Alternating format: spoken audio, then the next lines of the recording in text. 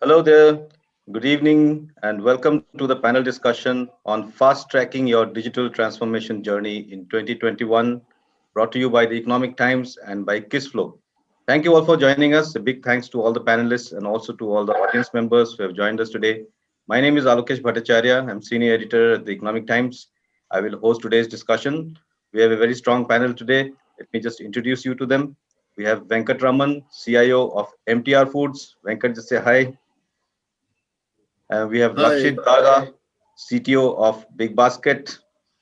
Hi all, pleasure to be here. We have Aseem Rastogi, Head Security and Compliance at Razorpay. Hi guys. Aseem. We have Akilur Rahman, is the CTO of Hitachi ABB Power Grids India. Okay. We have Manish Shetty, the CIO of Diageo India. Manish, welcome. Thank you. We have Neil Miller, Director of the Digital Workplace Alliance. Neil, Hello. welcome. Good morning to you. Neil is joining us from the United States and it's very early morning for him. Yeah. And we have Suresh Sambandam, the CEO of Kissflow. So, digital transformation, it's always a great subject of discussion. And I just love having these discussions because it gives us so much insight into trends that are, impacting industries. And today's panel, as you would have already seen, it represents a variety of industries. So we are looking forward really to a great session with lots of insights and lots of interplay. Let me set some context first. The difference in the digital transformation journey of enterprises before and after COVID is very, very stark. All of us have seen it and experienced it. The pace of digital adoption has multiplied across industries, across functions, and across continents. In the period of the lockdown, when the lockdown was there, it actually almost pitchforked us into a futuristic world where there is no physical contact. Everything is done virtually, whether it is jobs, education, or care, celebration. Today, of course, the lockdown is gone, but the sprint towards digital is not going away. It's here to stay. And we were discussing just before the panel started, that organizations that were dithering on their DT journeys earlier, they have almost been forced to step up the pace. So there was a saying before the pandemic hit us, the very famous saying which says that in the future, you are either a digital company or you are dead. Now that future has come to us much faster than we could ever have imagined, right? We were thinking like future we had, there's a lot of time, but that time is no longer there. It's here. So interestingly, there's a global Cxo survey by a consulting firm McKinsey, which throws up some very interesting insights. I'll just read out some insights to you quickly. So across regions, the results of the survey suggest an average 7-year increase in creating digital or digitally enhanced offerings. That's phenomenal. But listen to this. Companies on average have reacted 20 to 25 times faster to COVID-related changes than earlier. The acceleration was maximum in remote working and collaboration, just 40 times faster than before. 40 times, not 40%, as Suresh was saying, when we were discussing this. That's phenomenal. And remote working and collaboration is followed by online offerings for customer purchases and increased use of advanced technologies in operations. And there's a host of other things also. Now, when respondents were asked why their organizations did not implement these changes before the crisis, more than half said that it was not a top business priority. But today it is, right? That is what has fundamentally changed. And perhaps the most important finding from that survey was that respondents said most of the changes that have happened are likely to be permanent. They're not likely to be rolled back. So if you look at it, the pandemic has actually forced digital to become a CEO and a board level agenda. Today, you don't have to tell a CEO or a chairman of a board that they should look at digital technologies as a force enabler. They know it, right? You don't have to tell them. At the same time, to drive the change, the employee has to be the centerpiece of this whole transformation process. Unless every employee in your organization understands and buys into your vision of digital transformation, it's not going to help you much. And so that actually increases the responsibilities of the technology leadership, the CIO, the CTO, the CISO, among others, right? So today, I'm really very happy to chair this panel of technology leaders from some of India's leading companies and to throw some more light on the DT journey ahead of us. Before we get into the panel discussion, I would like to invite Suresh from Kissflow for his address. Suresh, over to you. Okay, thank you everyone, and I think we have a fantastic panel organized. Thanks for ET. Okay, let me quickly share my screen. Okay, Yes. so yeah, welcome everyone. I think already Alokesh alluded to this. So I think this is a famous cartoon that was trending. Like who led the digital transformation of your company? And the favorite funny answer was COVID-19. But Better than all the other insights that you can give. but but it's not a joke. This is actually the reality, right? Because Absolutely. yeah, there was this chart which I encountered that was floating around, which how work related mobile apps download got changed once and for all, one somewhere in middle of February, right? And then it just took off like a rocket ship, and it didn't die down, right? It just sort of there was a hype, and then it continued to stay high. So we have things have radically changed because of COVID, right? So the approach to work, the construct of workplaces, we sort of starting to understand the new definition of workplaces, right? Because previously we thought workplace is where people come to just get work done, but then we realized after COVID, when we start missing the workplaces, we realize that workplace is where people build relationships, bonding, togetherness, camaraderie, and so many things were happening. So yeah, I think there are lots and lots of understanding that's come because of COVID. And then there is a need of a completely digital talent base beyond just the IT team, right? And then of course outcome linked tech purchases were always there, but then you put a lot more fire under the belly when COVID hit. But I think what I also want to share with you is this particular Gartner slide with specific numbers was pretty interesting. One of the things is, although in 2020 there is a dip in terms of overall growth, see, IT is actually a 3.3 plus trillion dollars of economy, right? Globally, we're talking about a 3.5, 3.6 trillion dollar IT economy, right? But actually it degrew by 3% or so because of COVID. But then things are looking pretty good in 2021. So it's actually I wanted to talk about a little bit of a confidence building exercise. So it's going to go to a 4 trillion in a year or so, roughly, right?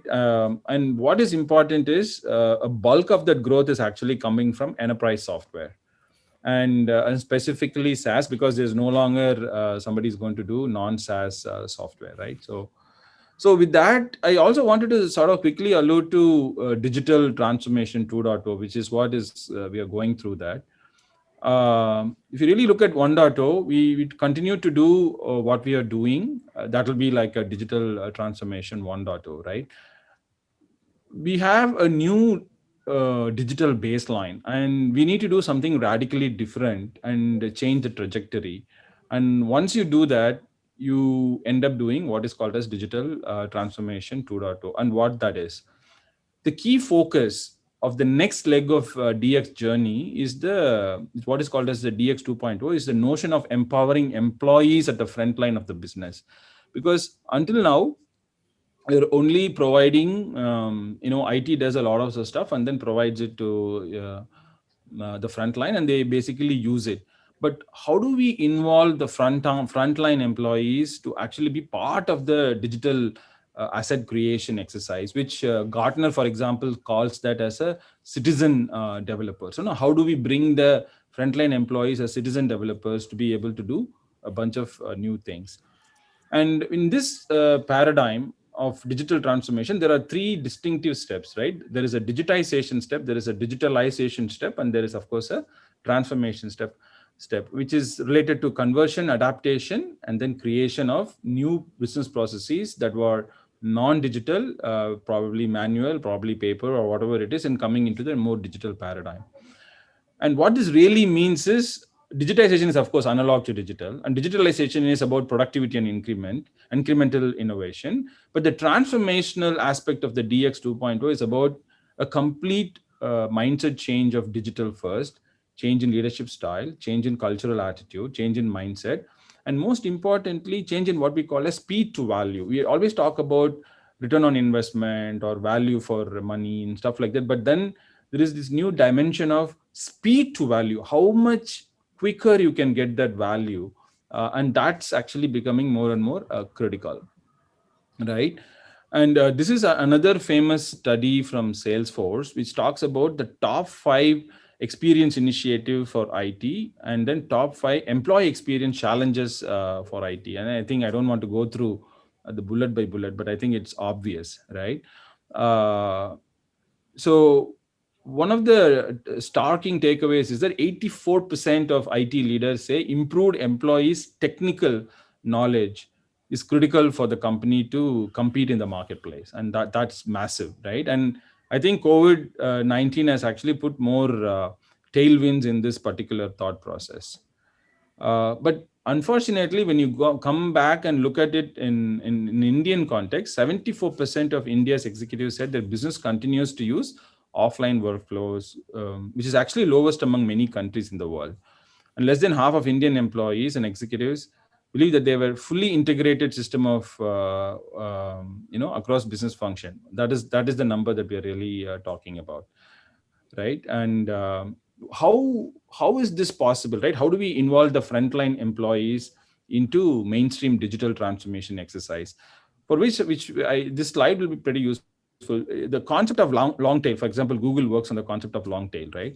Is very popular in the B2C space. But then even in the enterprise, once you become bigger, there is all these fathead applications like the ERP, CRM, all of these things. But then there is a number of processes, thousands and thousands of processes. The bigger the companies that are, that's all running in Excel and email and paper, and not probably paper, but mostly on email and Excel and all of that, right? And all of those things are unstructured and not traceable, not analyzable, not trackable, and auditable, and all of those things. All those processes are simple applications which the frontline employees can do it themselves without actually having to do that, because this is a big burden for IT to do it, because this will take away precious time from them.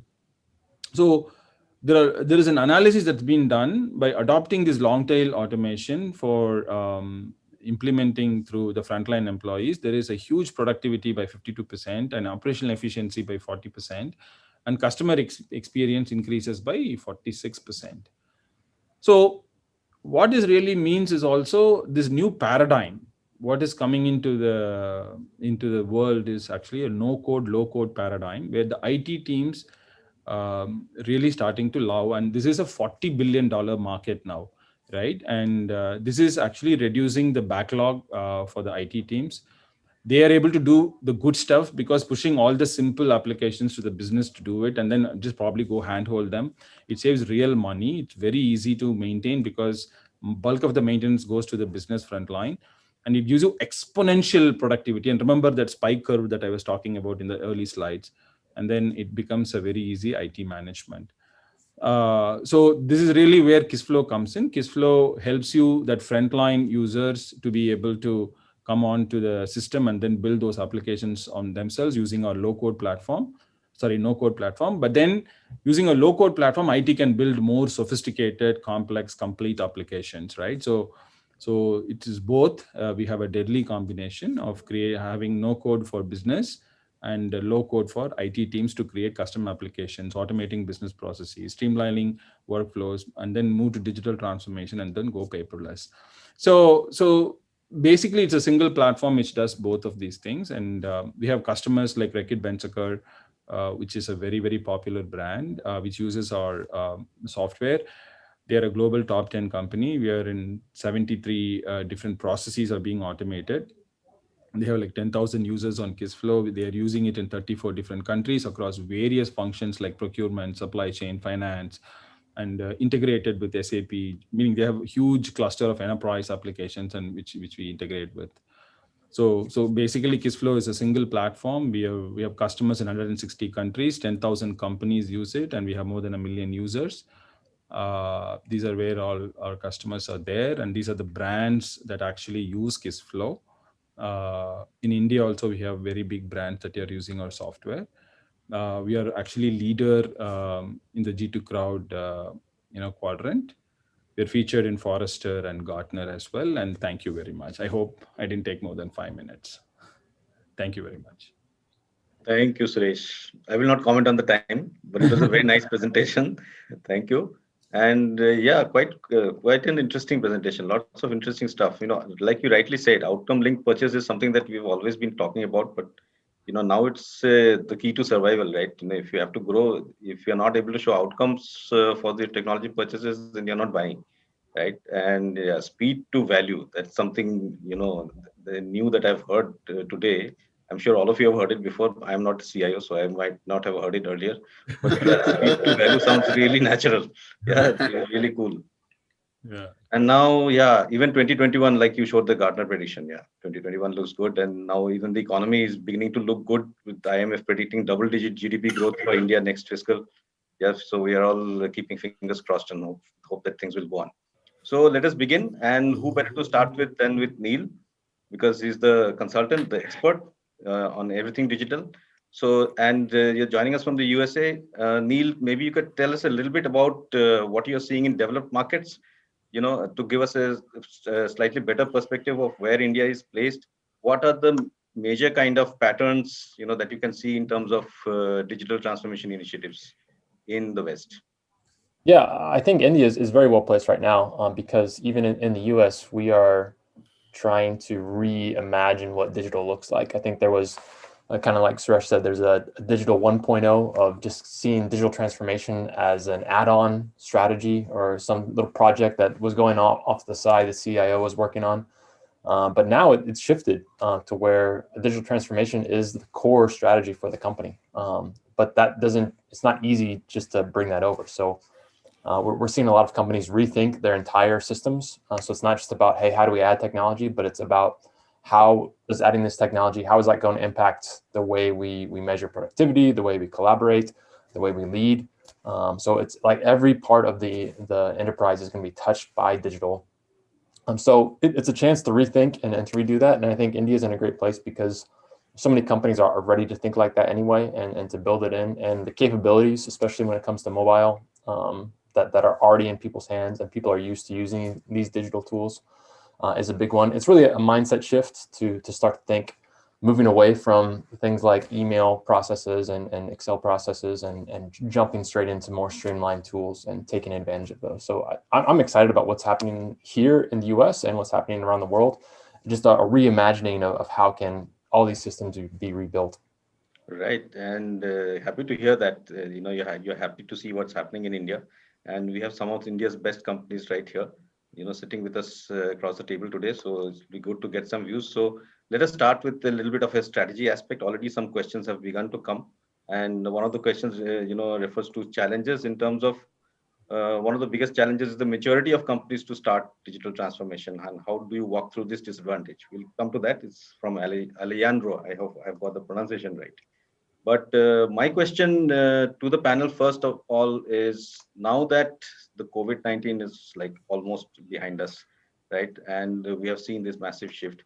What are the pillars of your new digitalization strategy that has been born from this crisis? So perhaps you could illustrate that with any one radical initiative that you have taken during this time. And I will open this up to the panel in terms of, whoever wants to go first. Maybe Venkat, do you want to start? Yes, Alok, with the onset of COVID, we realized that it is a change in the way we work, and there should be some enabler for people to latch on to, which will not only enhance the productivity, it will also enable them to work from whichever location they would like to. So employee safety was one key factor which was assessed. And then there are multiple other pillars on which we thought we would be working on, like you see, user and customer experiences are of paramount importance. So in this case, in our case, employee experience was quite critical. So we ensured that the experience is to the optimum.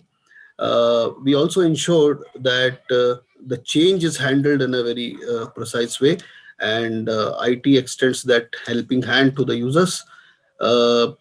Then there was a culture aspect also which was to be built, because we were not sure whether this situation would be temporary for a month or two, or it may extend beyond a few months. So obviously, this culture of remote work and collaboration, cohesion for productivity to enhance or at least to continue in that manner. So that was pretty important. So we thought that these were the things around which we had to focus. So if you see, you have to sum up, this three pillars of people, process, and technology were vital in the process of digital transformation, and we needed to be agile in responding to this situation. Okay, I'll come to Rakshit after this because Rakshit, you must be delivering MTR food stuff, in your value chain. So tell us about the pillars that Venkat mentioned. Are they similar to what you're doing, and give us an example of any initiative that took, because a Sure. lot of legacy companies have been riding BigBasket and the other delivery mechanisms and the marketplaces during the lockdown and after. Tell us. Sure. Sure. So let me take you back to the COVID times, right? As in when the first lockdown happened in India, there was a situation where grocery, being the primary demand of the massive user base, not only existing customers or even new users. As soon as the lockdown was announced, BigBasket was one of the companies that everybody kind of logged on to. So we saw scale that was unprecedented for us. And this happened in combination with a situation where a lot of the workforce was actually starting to go back home. There were shutdowns across the country and so on. Right. So the immediate challenge for us was, given a fast subduing operation, or given an operation where we've had to shut down a lot of the warehouses, where a lot of the blue collar workforce was actually not available, how could we do more with less? Right. So that's where everybody started to combine their expertise, the supply chain folks, the technology folks, the product folks, all put their heads together and started to think about what can we do to actually not only keep the business up and running even in a situation where demand is unprecedented. There was not much clarity on supplies coming in. There's not enough delivery folks, etc. But we also viewed our services as something that was kind of becoming a nationally important thing. We started thinking about the fact that delivering grocery to customers when they cannot get out of the house is actually going to be a most important thing. And then there was the whole government clearances to see. So that was what the people on the ground were doing. On the technology side, we started to optimize how our supply chain works. We changed the paradigm, for example, in terms of how goods move from one warehouse to another. We started moving goods in bulk instead of packing it per customer. We decided to actually move whole crates of packets.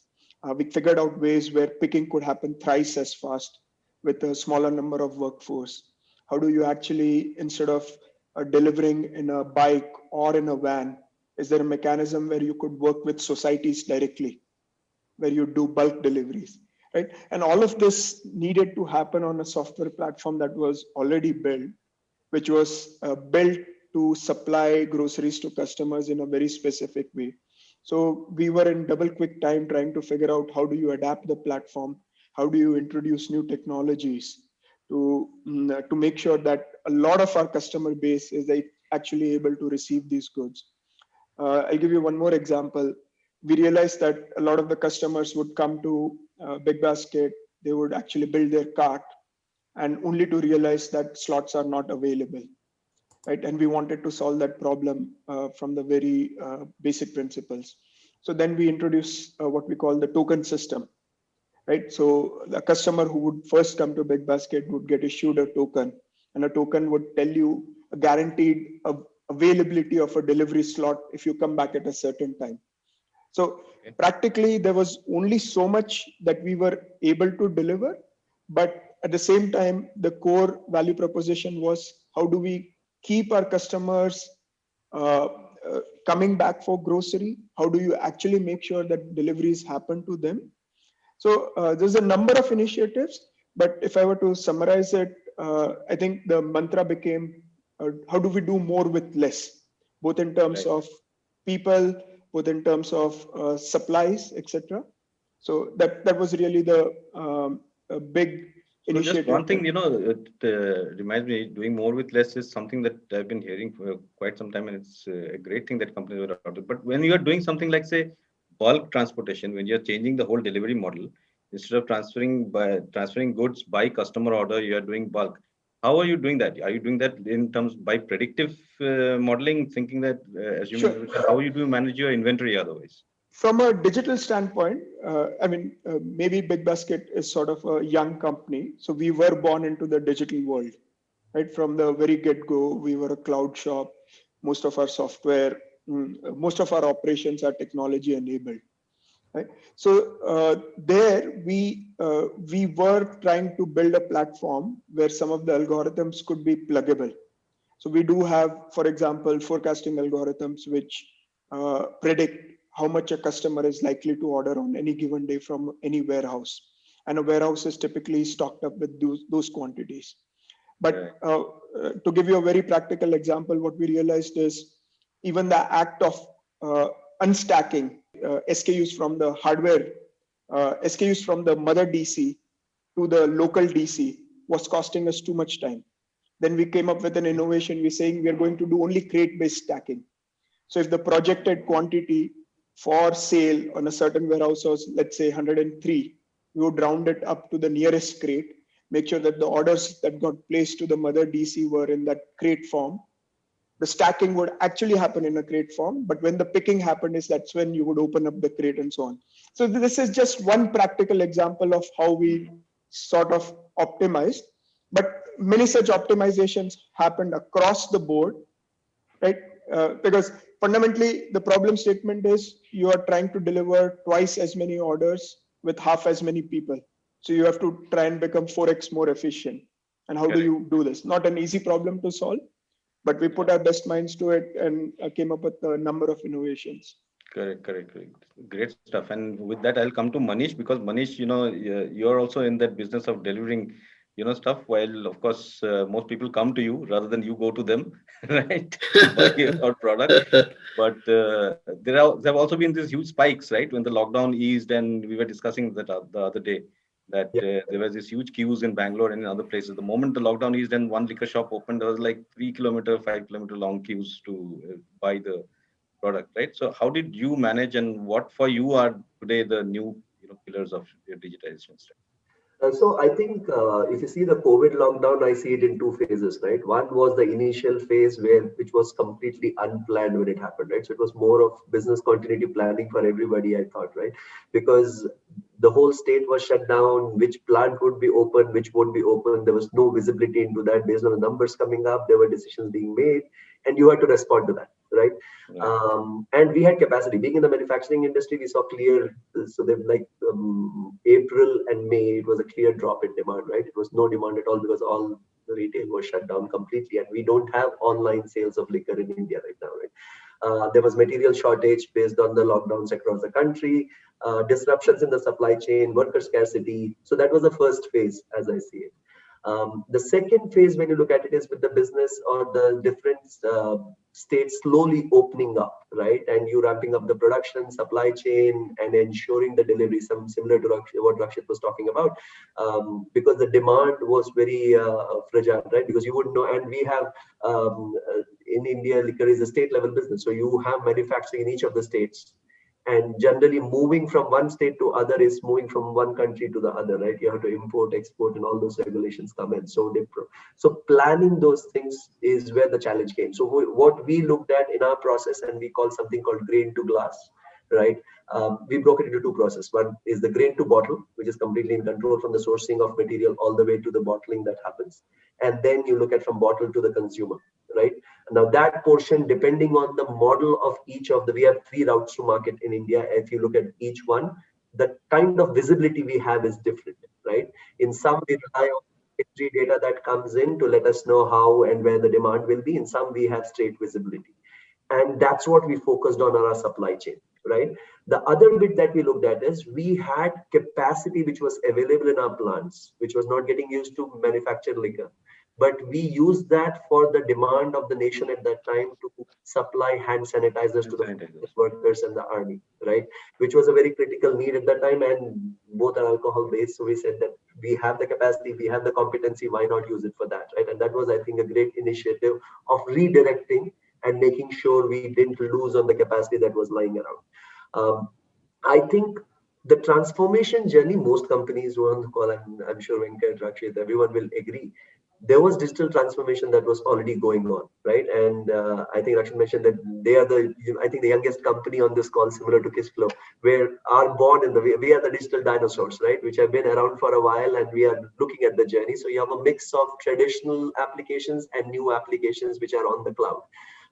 And I think that journey and acceleration in the second world has gone up. Now you look at the three ecosystem, you're looking at demand from the consumers and how the consumption patterns are changing. People are not traveling as much. Your duty-free sales are not at the same level. People are not going to on-premise to bars and restaurants where the consumption happens. It's more at home consumption which is going on. So how do you tailor your solutions or your product to that, right? And entice the consumer in that space. That was one of the consumer space.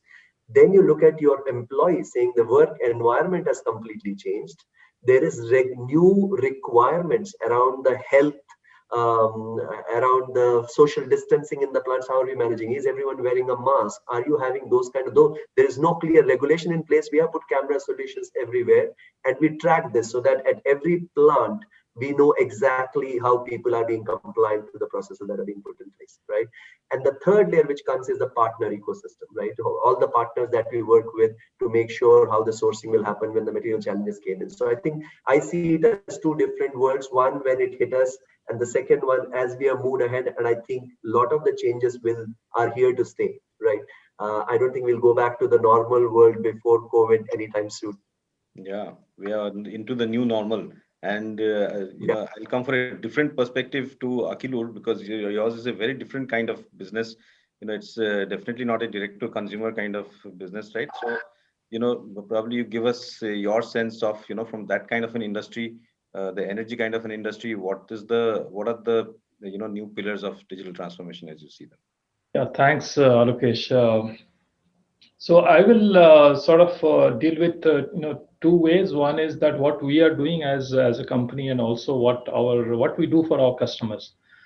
So here, I mean, we are Hitachi ABB Power Grids, more than 135 years old and technology company, and so many of the digital technologies what we talk about, it has been there in our domain. Whether we talk about the energy power systems domain or maybe industrial automation.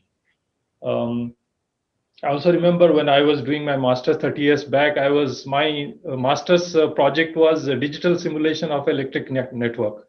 I think electric network has been the pioneer and the first early adapter of digital simulation of any large scale system, analyzing and optimizing it and controlling it, automating it. What actually this COVID situation led to is basically realizing the importance of all these digital technologies and adapting it faster, accelerated usage. Yeah. So I'll take you give you some examples of let's say the automation. When we talk about as ABB, Hitachi ABB Power Grids, we automate the plants, the manufacturing process, the production processes.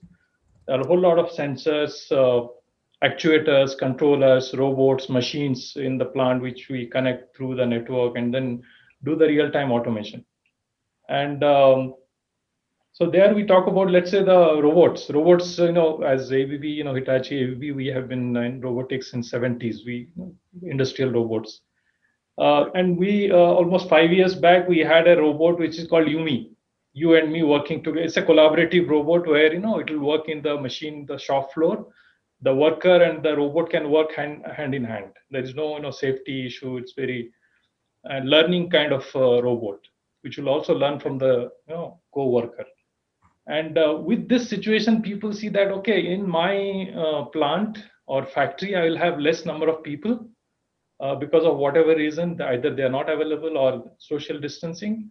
So with having a robot also as a co-worker, it will help. So that technology which was there, 5 years back, we released. I think now people started seeing that, oh, this is something I can use it in my plant. The second one also, that how you can use robot with less number of people at site, because traveling and also having a lot of people at site. For example, we have this big transformers, which we had to go for our customers basically, and it had to be inspected every 2 years, so that there is nothing inside the transformers. So it's filled with oil, with windings, electrical windings, electromagnetic principle.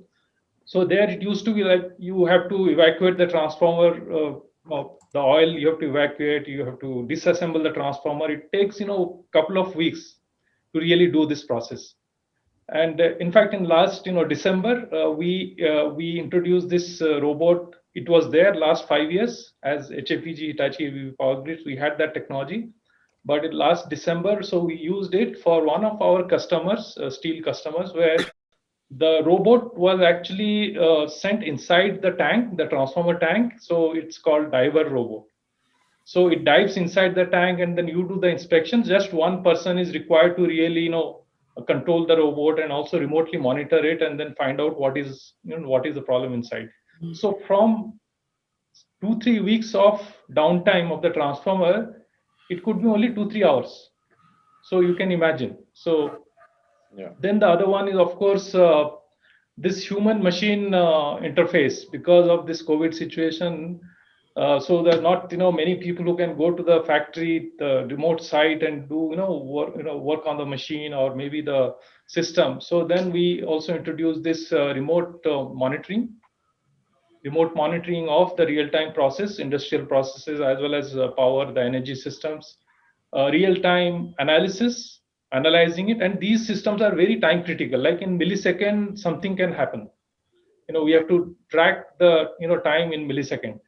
And also remote testing of the equipment. So we also had a lot of clients who could not travel to our manufacturing facility.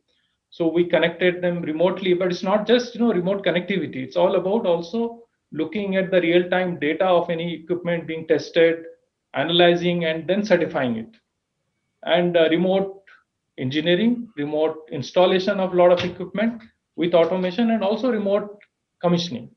I think this COVID situation has actually created this necessity for, and also by the customers, consumers, users, to actually appreciate the technology which has been there maybe last 5 years, 10 years, and then start using it.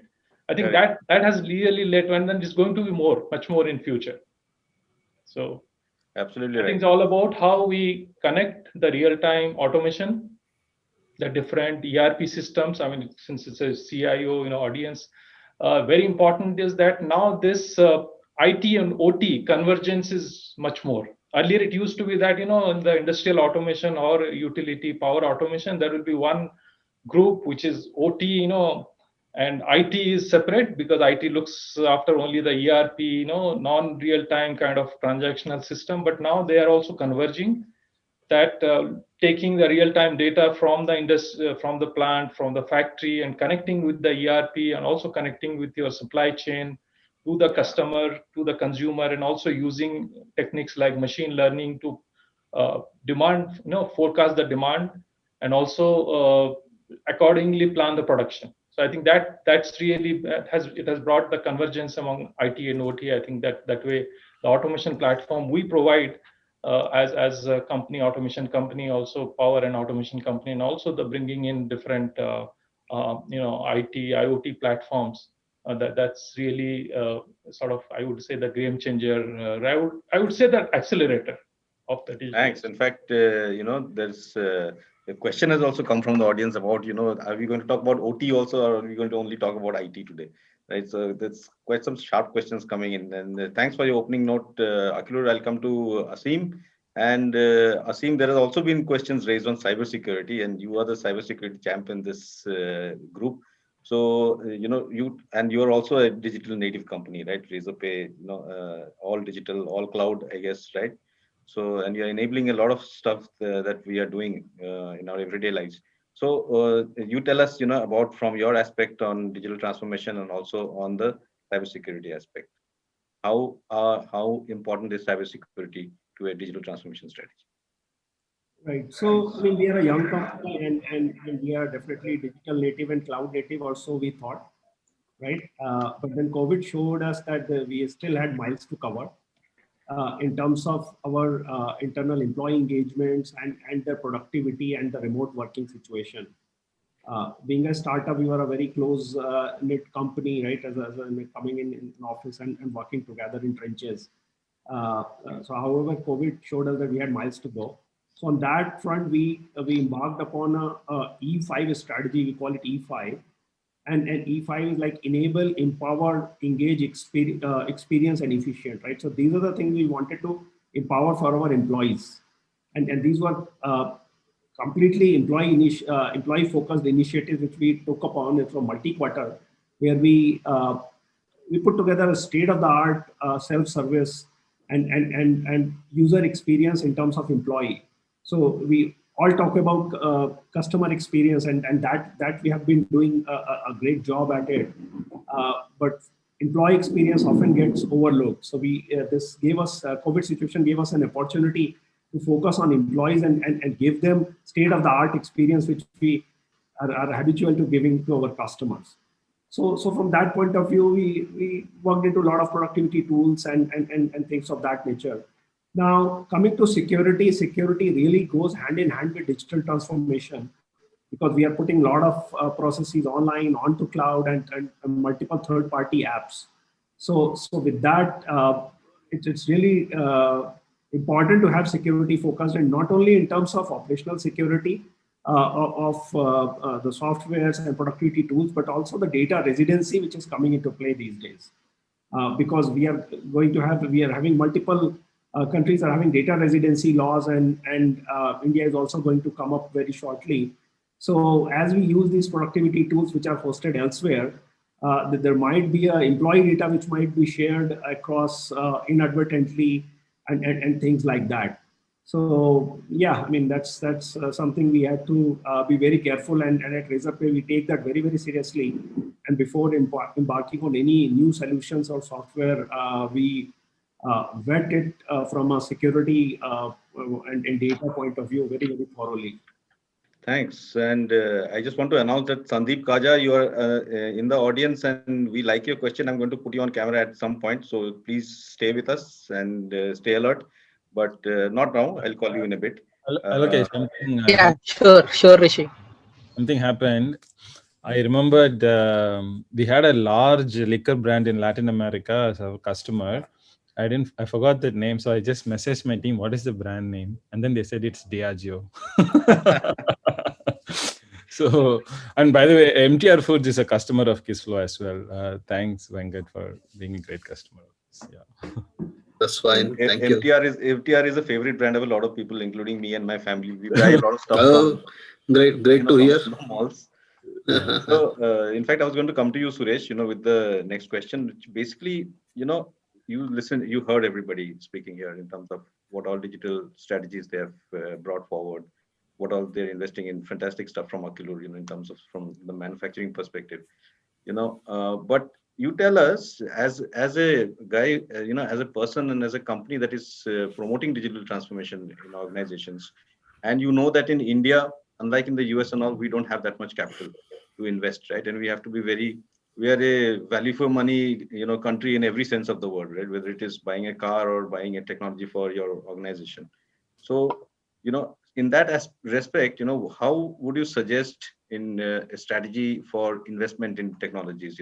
What are the technologies that companies should look at in terms of investment, considering that they have a limited kind of money allocated there? See, actually, there are in the digital transformation, there are three major use cases are there, right? One is the consumer or the customer facing use case. It's basically called as, you have to develop applications that are multi-experience based, right? It's basically consumer facing experience. Then there is internal process transformation, right? And then there is sort of a legacy modernization. Like if you look at big companies like Unilever or Procter and Gamble or Reckitt Benckiser, or Diageo, like they have like hundreds of years of history, and they have a lot of applications built over the years. And these are the three buckets in which the digital transformation actually is happening, right? And one of the things what's happening from India is actually India is starting to ride the SaaS wave globally, B2B SaaS, partly because we have what is called as the low cost advantage. We are able to make software because our marketing cost and selling costs, or most bulk of the cost is actually selling and marketing costs in software, not really the making part, right? Because 50% of your cost is actually in sales and marketing in B2B software, probably more, right? And we are able to deliver, like we have customers in 160 countries, and we had customers like Diageo. We never went and met them in Latin America. We are able to reach them from India through digital marketing, and they are able to come and try our product and then like our product and buy our product. We have not met a single person in that company, right? You meet Manish now. Yeah, meaning just now I'm meeting Manish, and I just want to make sure I'm telling the name correctly. So I just double confirmed with my team. So yeah, so that is the new paradigm of digital that we are talking about, right? And hence, like a company like Freshworks or Zoho is able to give a bang for the buck and then compete with global companies, because we are making software that Indian companies can afford. And hence, we are changing the equation of the global software landscape, and Kissflow is also in the same bucket. And we are able to offer a technology when it comes to low code and no code platforms, so that Indian companies can afford. So the paradigm also enables, like if you basically instead of choosing a conventional development approach and use a low code no code platform, you're going to save at least 100% of the cost. There is, meaning I'm saying at least 100%. But in the case of Kissflow, you're probably going to get anywhere between 4 to 5x. Not just Kissflow, but most of the low code no code platforms will give you a good advantage. So I think that is an area where all the internal process automations plus the legacy modernization applications can actually be a huge cost advantage when it comes to technology investments if you choose a low code no code strategy. So that is what I would say. In fact, there was one question from one audience member who was asking, if we use low code no code, and since you are a proponent, you can tell us whether does it result in vendor lock-in, or are there ways around it? Meaning more, see, like in today's cloud software, we don't really think about software as something that we are owning, right? So you basically use software as a service, right? The notion of how we perceive software has permanently changed.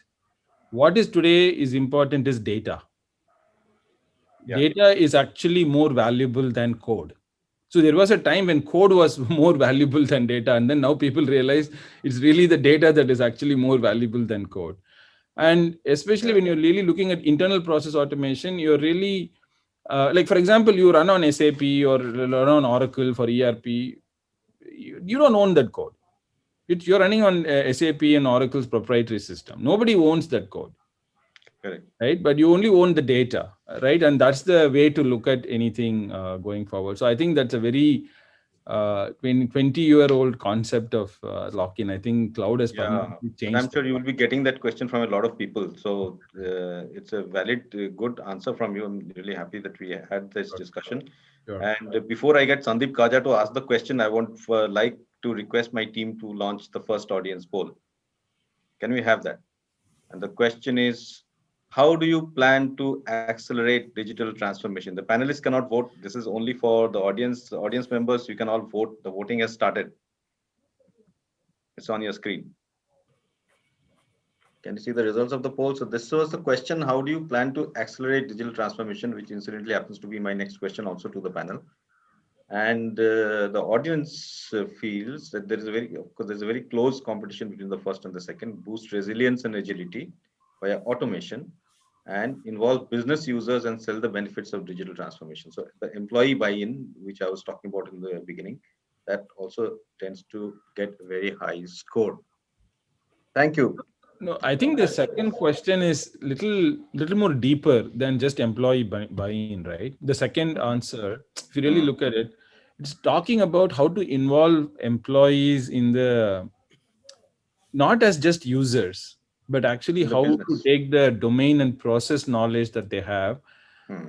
Otherwise, what happens traditionally is you document all the business requirements in a document and send it to someone. They will develop it, throw it back to you, and then you test it, and then you throw it back to them. And then this, ping pong starts happening, and that is okay when you're developing mission critical applications, right?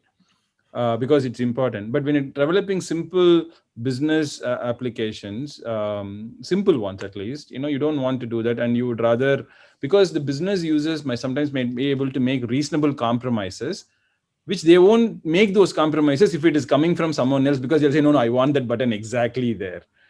If they are developing the form, they'll be okay to put the button wherever they want. But right, when somebody comes and gives them the form, no, I didn't put it there. You want to put the exact. So those kind of compromises they won't be able to do. So when we take the business users into the digital transformation paradigm, meaning it's good. I was surprised to see the audience resonated with that the maximum, right? That's it. Suresh, I would also like to add one other facet here. See, the more the involvement of the business users, the easier the adoption. Yeah. And it is these days, at least, it is wrong to think that IT, this digitization is the fiefdom of IT. I mean, if you see the way users are coming up with digital applications and their evincing interest, you'll be surprised that multiple queues in the process of selection of softwares and all come from one user departments, and then when we see that, I mean, some of them are good fit out there. Yeah. So that's the. Alokesh, I would like to add here. People who are closer to the problem know how to solve it better. Yeah. Right. Yeah. You have to partner. With them. Yeah. Correct. Akilur, you wanted Alokesh, to I add would like something? to add here.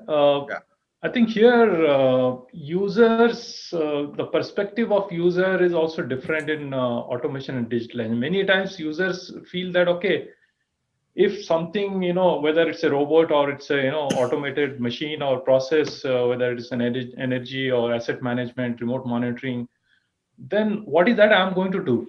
So they're also confused. I think here, the best thing what digitalization is providing is also a platform for the users to use their experience, competency in a higher level. In the sense, a lot of time they used to do earlier, collecting the data. 80% of the time, users, let's say whether they are in manufacturing or in energy monitoring or analysis or even service area, 80%, 90% of the time they will use for collecting the data, and then maybe only 10% left to do maybe make some graph and then say that this is what the report is. But I think with the automation and digitalization, what we are seeing in the energy domain, in the power system domain, that we are saying that, okay, hey, now you don't have to spend 80% of your time on just collecting the data. You spend only 10 to 20% time, and remaining 80% time is available for you to analyze the data, use your experience, past experience, how you can improve the situation. And also the same example I gave where, the robot is diving inside the transformer and collecting whole lot of data in couple of hours in a day instead of, so many days.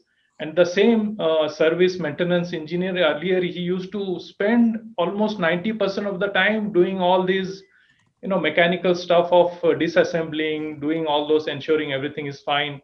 Then he gets the data. Today, with this robot, he's getting the data almost like in couple of hours, and he starts analyzing. So I think empowerment is very important in this, which many times people miss it. They think that, okay, automation, digitalization, it's going to, what is that I'm going to do? So this is we call it democratization, or maybe, empowerment of users. It's quite phenomenal, right? It's really empowering employees and, across functions also. Yes. Like you're mentioning, then there are other functions also where they're. So let me now just call on Sandeep Kaja. I think you are ready. I think his question is for Rakshit. Sandeep, you want to switch on your camera and ask your question? Yep, come on. Your question, please. So it is not only to Rakshit, but to all the gentlemen out here. So what do you think, what attention should be given to the security aspect in this race to digital transformation? With so much of concern growing for data security and so much of threats across different IT, different domains, be it power, retail, or finance. So, what attention should be given to the security aspect in this race of digital transformation? Okay, So, thank you. We'll yeah, start with Rakshit since he mentioned you in the. Yeah, Sure. it is very recently that Rakshit handled this. So maybe Rakshit would be the first point to start. Sure. Thank you, Sandeep. So thanks, Sandeep. So clearly, like a lot of the panelists talked about, security is a core part of digital transformation, right? As data becomes much more easily available, access to data empowers a lot of people. You also want to make sure that data doesn't fall into the wrong hands or is not. we lost Rakshit for. May I jump in, Alokesh? Yes, yes, please. Yeah. So I think here, depending on the industry, type of business, and also the context, the priority is different. So we call it, two categories. It's like CIA, confidentiality, integrity, and availability of the system. Okay. Yeah. By security, you have to ensure, because in some business, confidentiality of data is utmost important. There are businesses, there are B2B systems like in energy, automation, the industry. What happens? It is reverse, like availability, integrity, and confidentiality. Availability, because the system has to be available, whether there is a cyber attack or there is a malware, or because of some mistake, something is happening in the software. So system should be somehow be available, because like in our energy systems, in power systems, what happens if the system is not available even for a millisecond or half of a second, it can lead to actually blackout of a state grid. It has happened many times.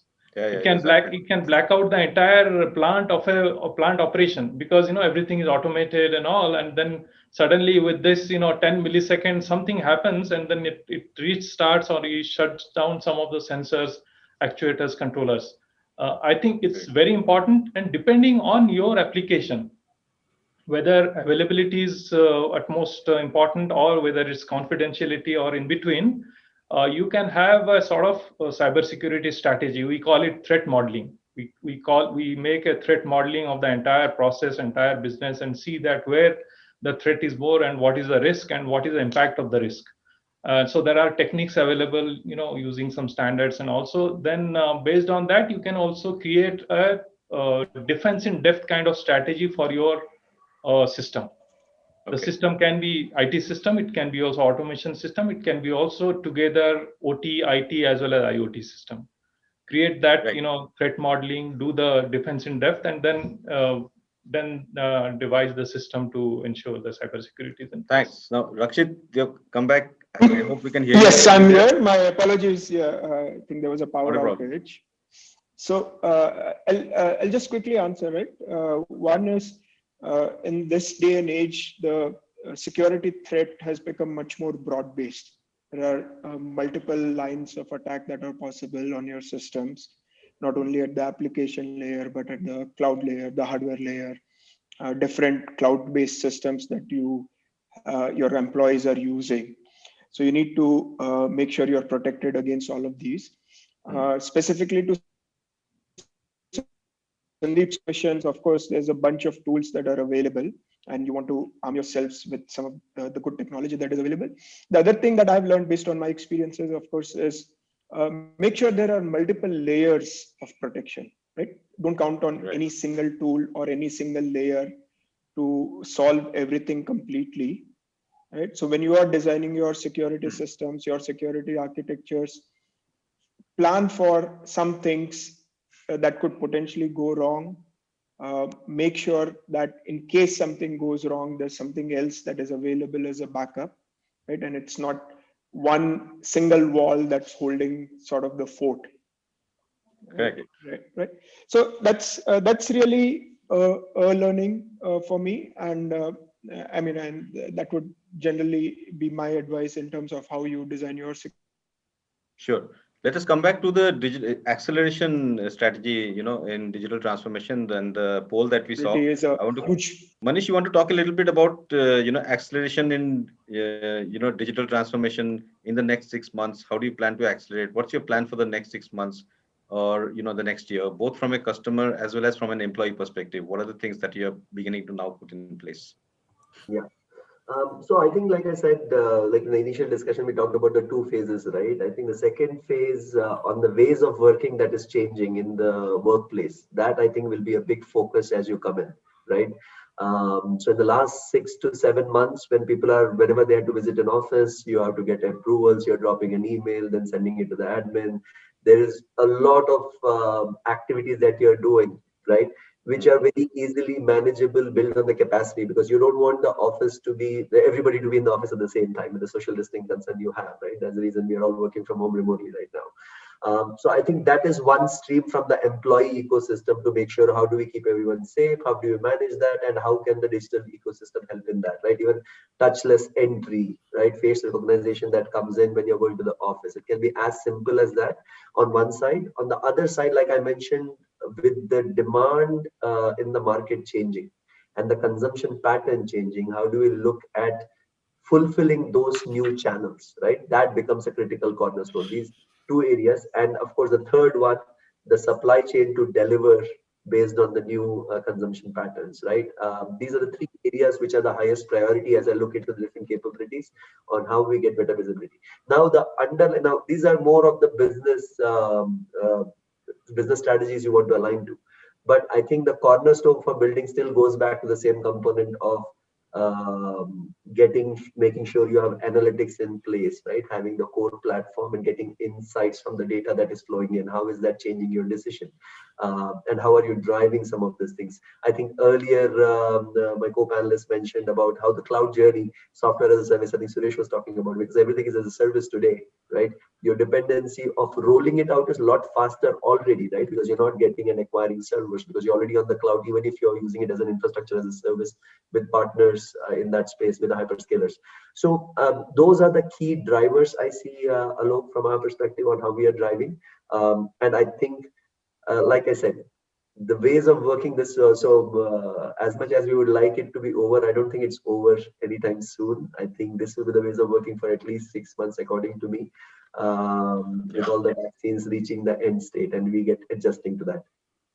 Aseem, same question to you. What's your plan for the, it's short term, next 6 months, year? What are the things that you're going to do? Yeah, so one of the things which we are doing and doing pretty aggressively is on the automation and as earlier panelists said about low code, no code, right? So that's where, I mean, some of our initiatives are going towards. We are for internal technology teams in terms of, say, deployment speed and things like that, because we are doing massive deployment day in, day out. We have large teams. So internal teams also are our customers, right? If we look at that, our developer community, which is a large component of our workforce, is also our customer. And we want to make sure that we give them best experience for that. And that we are achieving through low code, no code, right? So how do we do more automation towards our deployments, towards self-service? And these are the some initiatives which we are driving very aggressively over, say, next 6 months as well. Okay, great. And Neil, I'm going to come to you next. But before I ask you your question, let me bring forth the next poll. And then I'll come to you with a question, based on that poll, as well as the acceleration strategy that we were talking about. So, Nidhi, can we launch the next poll?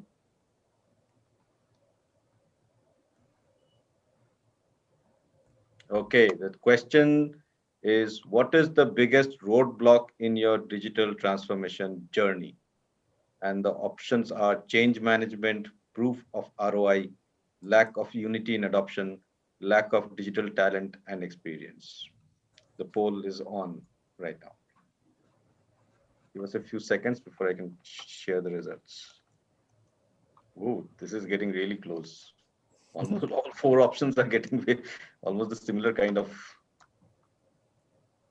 I think they should have given multiple choice. Yeah, We have given 4 choices. You mean choose multiple answers? Yeah. Is it possible to choose? But that may be the fact, because there are people from different industries and then different companies. It all depends on that and where are they today and then how they would like to see this. Yeah, I would say if proof of ROI is an issue, that's a whole different type of company culture than if it's lack of digital talent. So it depends on where the company is at that point. Because if you're still struggling to show the proof of ROI, then your company is pretty far behind in the digital journey. Right. Yeah. You all can see the poll results now? Wow. Yeah, they're pretty close. They're pretty close. Yeah, very, very close. Neil, what do you make of this? And we were discussing about the acceleration. Change management has always been a major, issue, and there are whole volumes written on change management. So Neil and then Venkat, I'd really like your change management is one of the key roadblocks. If you see, what happens is that this comes as a change. The digitization or accelerating digitization comes up as a change, and then this is for the people to adopt. So a technology can see, one thing is how will you handhold the users so that they start adopting it, the organization start leveraging it. Only then will you sense the benefits coming out of it.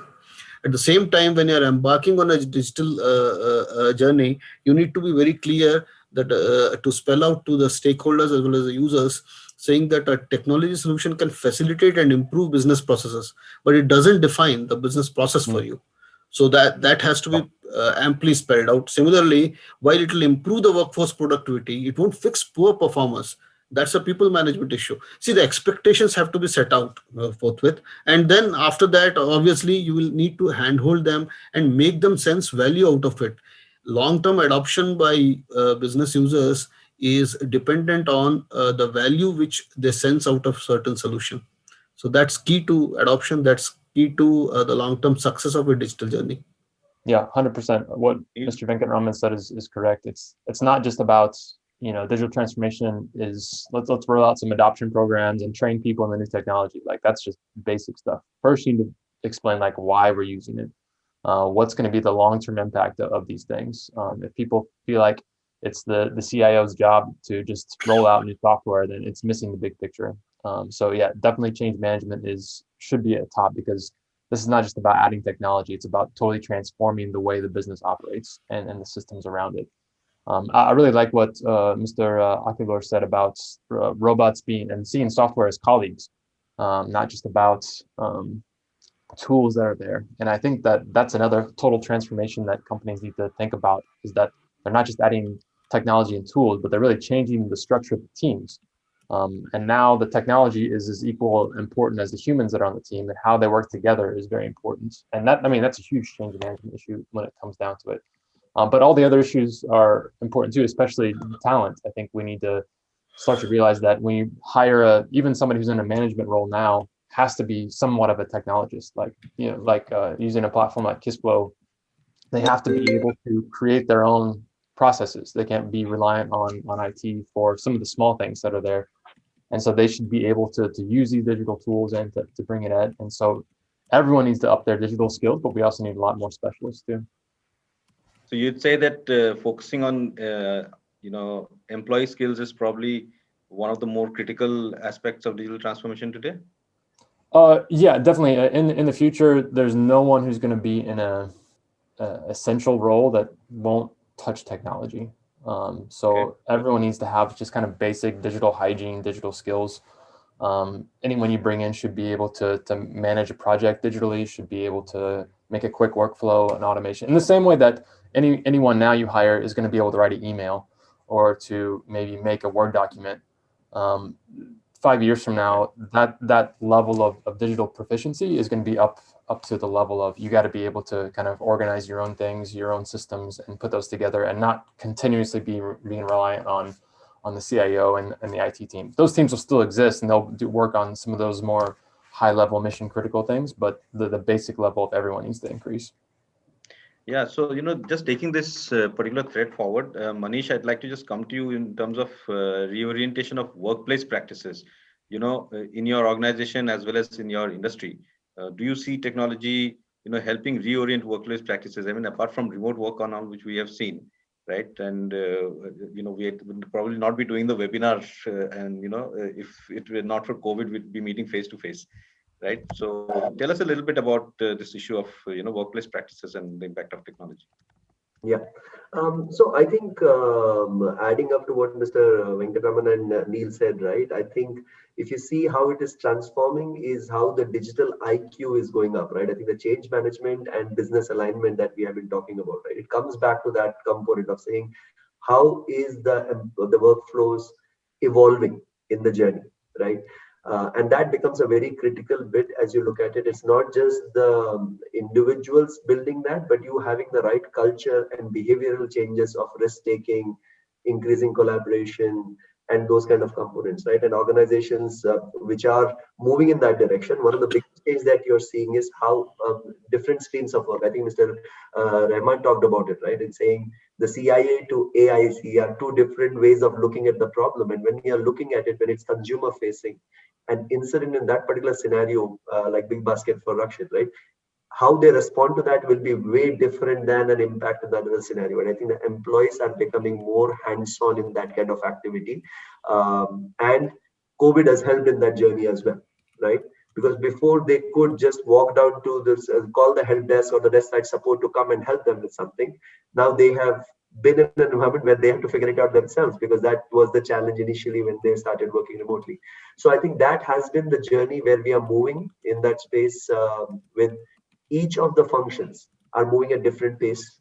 But I think the skill set level is definitely improving for the workforce, and that is critical in the next few years on how we, and I think that connects back to the survey as well, because change management, as you look at it, will tie back to the skill set that we have, how are we evolving, alignment with the business strategy, and also looking at, though the ecosystem exists, it's more looking at the business problems rather than talking about the foundational building blocks, because those becomes the cornerstone, and they become more of commodity today, right?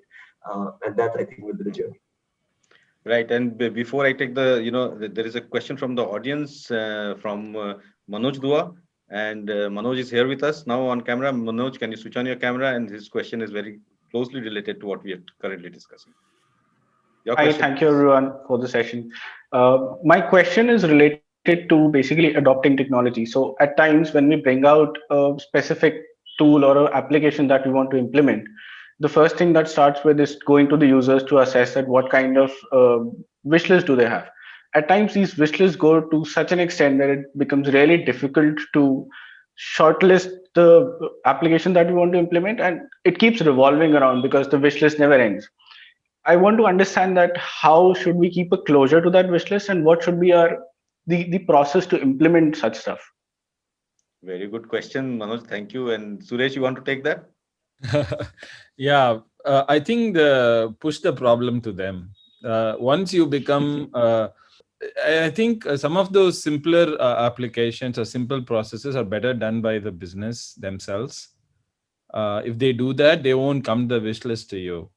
And you would have quality time to do more sophisticated, complex applications which require the solution design, solution architecture, user experience, all that problems that you really want to spend time on, you're not able to do, because business is actually coming up with these simple applications they can do themselves and then dumping it on you and then escalating it and all of that, right? To push that problem to them, provide a platform, train them, and then enable them. That's really what we have. So we have customers in oil and gas. We have customers in FMCG, retail, every single industry, where the CIOs and the IT functions basically able to provide a platform and provision it to the users, so that the users are able to quickly build up these processes and then get it done by themselves, because they have the domain knowledge. And it's the no-code platforms allows them to quickly, like a drag and drop. So the no-code platform, the simplest way to understand is, think about it like Visual Basic on the cloud.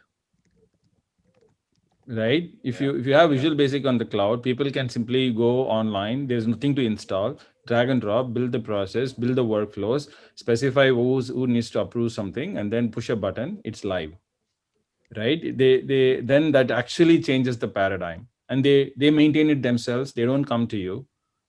The only issue that you need to worry about is account provisioning, management, licensing, security, uptime, and you work with the service provider and get that done. So that completely changes the paradigm. Okay.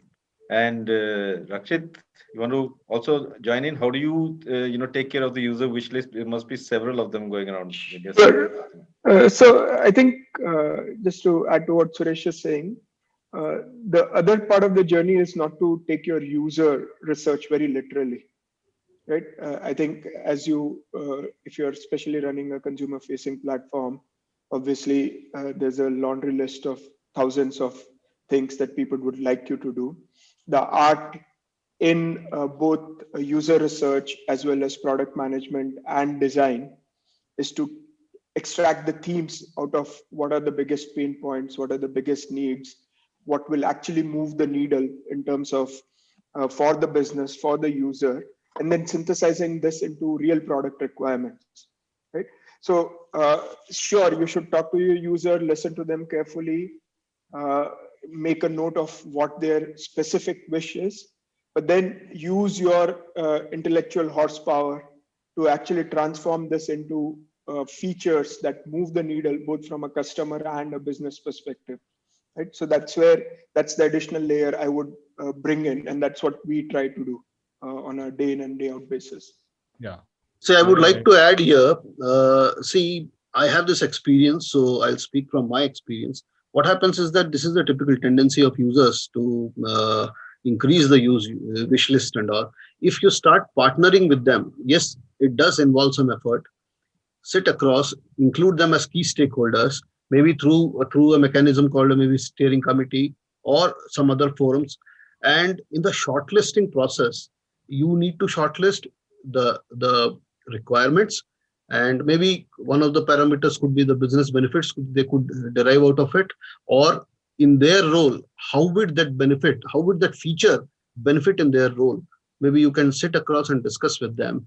Once you do this, I have seen that it may take slightly more time and effort from our side, but believe me, the buy-in is multiplied, their acceptance also, and there is a common list in terms of the priority and all which they agree to, and then on it's a smooth flow compared to what it would have been if this was not done.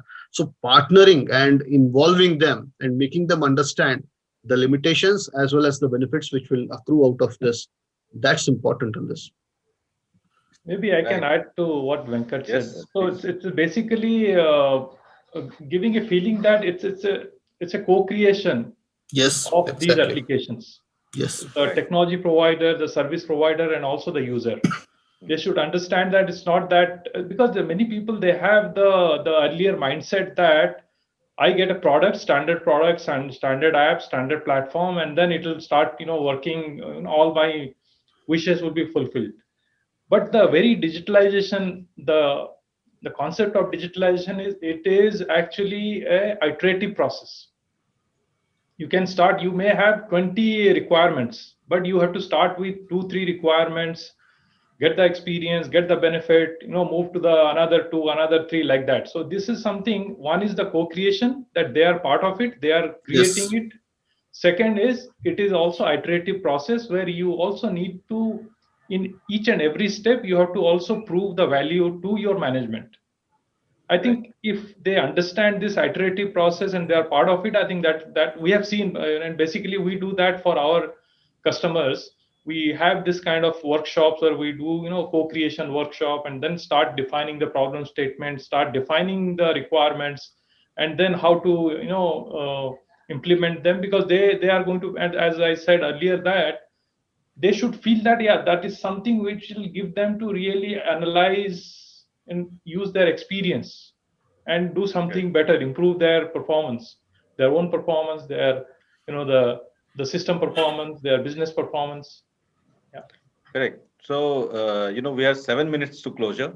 So what I'll do is we have one final poll to go, and we'll just quickly discuss on that. We have been talking a lot about the no code and the low code platform. So the next question is related to that.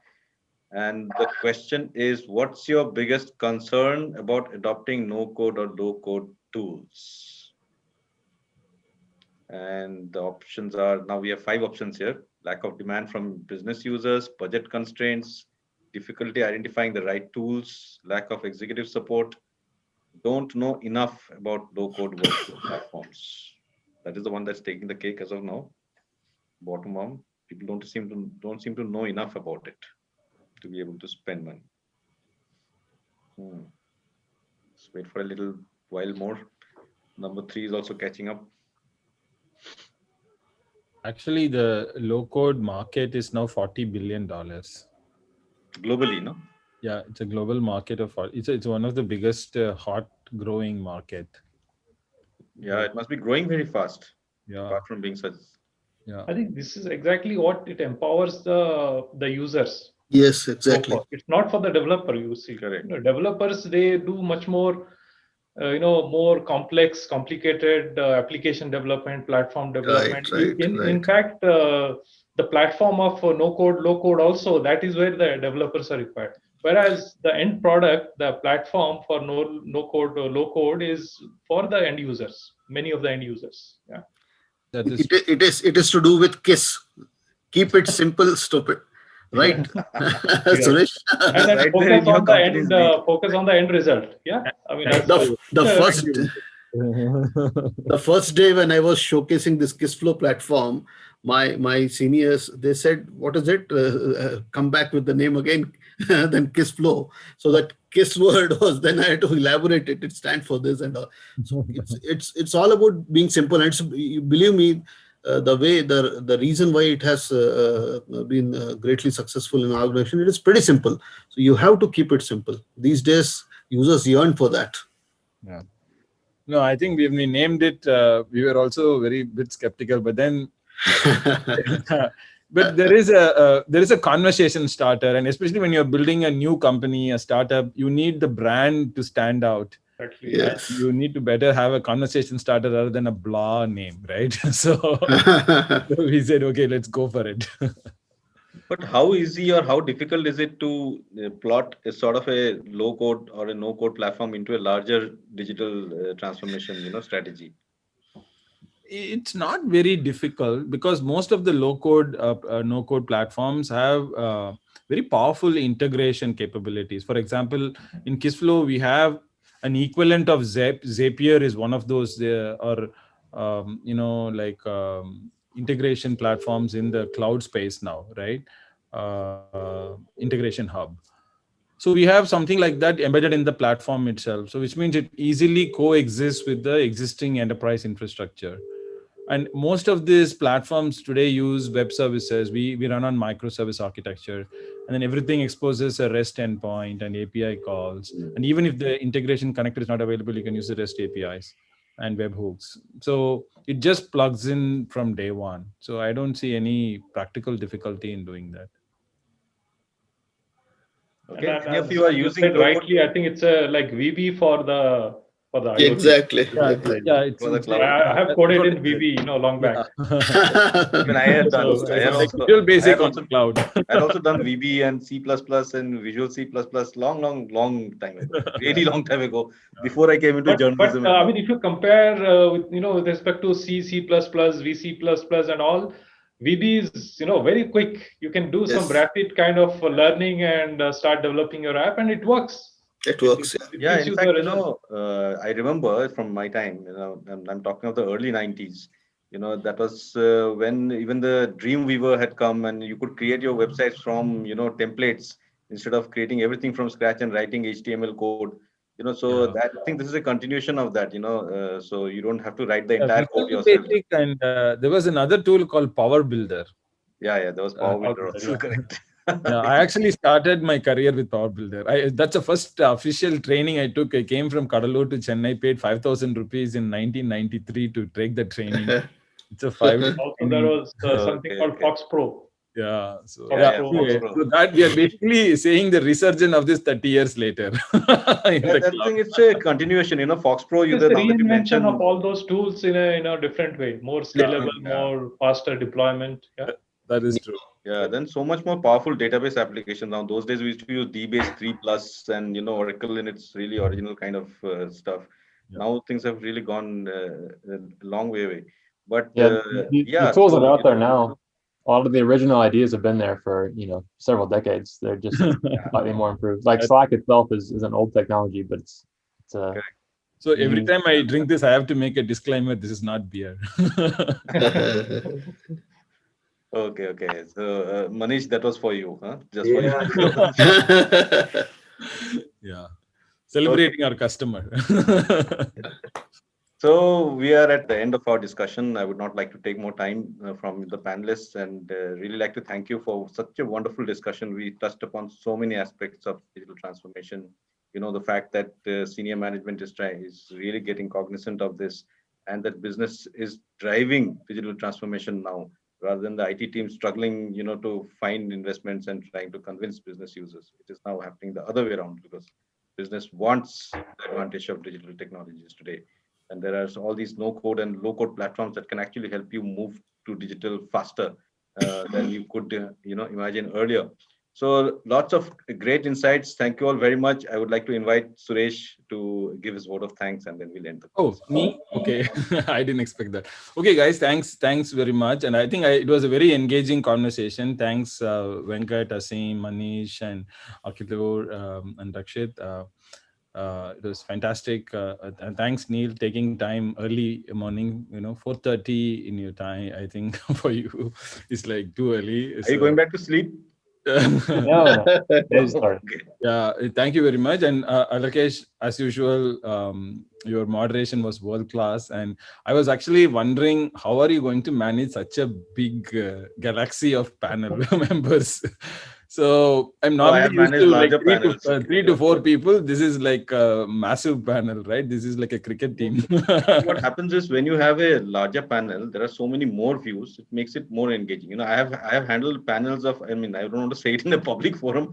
I've handled panels like of 18 people, 21 people, and we've still had a fairly engaging conversation. Yeah, so I was a bit skeptical, but then it went really smooth, and it never felt like we had a time crunch, and we all had time to express our views, and it was fantastic. Thank you very much. I really appreciate you guys taking time and coming on this. Thanks to all panelists, everybody. And from ET, on behalf of ET, I'd also like to thank Kissflow for giving us this platform. Thank you, everybody. We'll stay in touch. Definitely. Thank you.